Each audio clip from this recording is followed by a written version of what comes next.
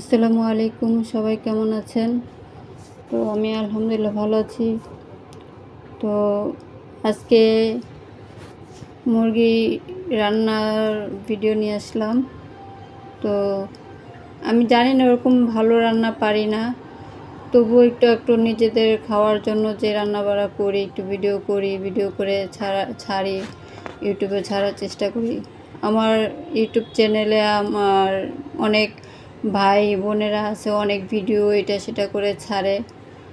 তো অনেকের কাছে শুনি যে ইউটিউবের চ্যানেলের সাথে সবাই একসাথে থেকে অনেক কাজকর্ম করে, বা একজনের সাথে একজন ফ্রি হয়, একটা পরিবার তৈরি হয়।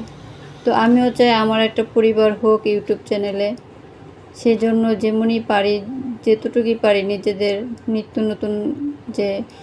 নতুন না, প্রতিদিন যে কাজগুলো করি, প্রতিদিন যে রান্নাগুলো করি, অবশ্যই তো আমরা মানুষ, যেহেতু আমাদের রান্নাবাড়া করতে হয়, কাজকর্ম করতে হয়, খেতে হয়। তো এটাই, আমি তো বেশি কিছু শেয়ার করি না, একটু রান্নাবাড়া এটা সেটা একটু শেয়ার করি, তো আপনাদের সাথে শেয়ার করি। তো আপনারা যদি আমার এই ছোট বোন মনে করেন, যেটাই মনে করেন, যদি আমার ভিডিওগুলো যার সামনেই যাক না কেন, সে যদি আমার ভিডিওটা দেখে আমার চ্যানেলটা একটু সাবস্ক্রাইব করে দেয়, বেশি কি কিছু ক্ষতি হয়ে যাবে? আমার তো মনে হবে না। প্লিজ আমার চ্যানেলটা একটু সাবস্ক্রাইব করে দেন। আর আমি অত বেশি রান্না বাড়া পারি না, ঠিক আছে? নিজেরা খাওয়ার জন্য যেমনি পারি করি।